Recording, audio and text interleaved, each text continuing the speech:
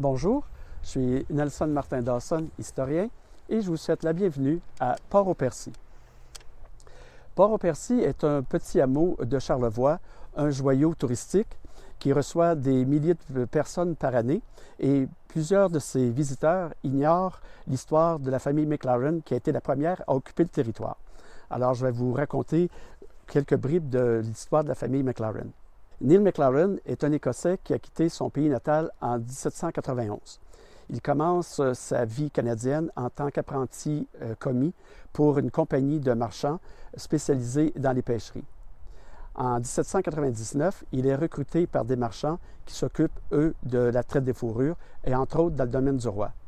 On va lui confier la responsabilité du poste de traite de Chicoutimi, fonction qu'il va occuper pendant 5 ans.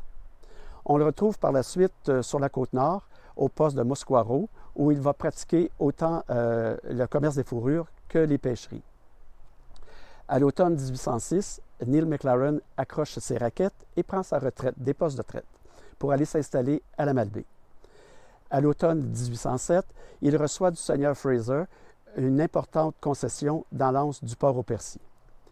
Avec ses terres, il va recevoir le droit de pratiquer la pêche sur la devanture de ses terres. Il va exercer cette pêcherie pendant 2 ans. L'entreprise est heureuse et en 1809, il demande au seigneur Fraser de lui accorder un bail sur une grande partie du littoral de la seigneurie de Mountmurray. Fraser va lui accorder un bail de 20 ans pour l'exploitation des pêcheries au saumon et aux petits poissons que McLaren va vendre sur les marchés de Québec. Au cours de ces 20 années, Neil McLaren va pratiquer autant son commerce de pêcherie qu'il va mettre en valeur ses terres de Port-au-Percy. Victime d'un accident qui va le rendre partiellement invalide, il doit bientôt compter sur son fils aîné, John, pour le seconder dans ses entreprises. On est en 1822, John a 9 ans et il confie qu'il a à ce moment-là, quitté à regret l'école. S'il est rare d'associer le fils et le père dans une entreprise de pionnier quelque part, c'est pourtant le cas pour John McLaren. Il commence sa vie active à Port-au-Percy à l'âge de 9 ans en 1822. En 1825, ça fait déjà 3 ans qu'il s'occupe activement ici. Et en 1825, il n'y a encore que 2 familles de présentes sur le territoire, celle de Neil McLaren et celle de son beau-frère, Christophe Poitras. John McLaren va, tout au long de sa vie, qui a été relativement longue puisqu'il va mourir à l'âge vénérable de 93 ans, toute sa vie, il va faire tous ses efforts pour mettre en valeur le territoire autour de Port-au-Percy.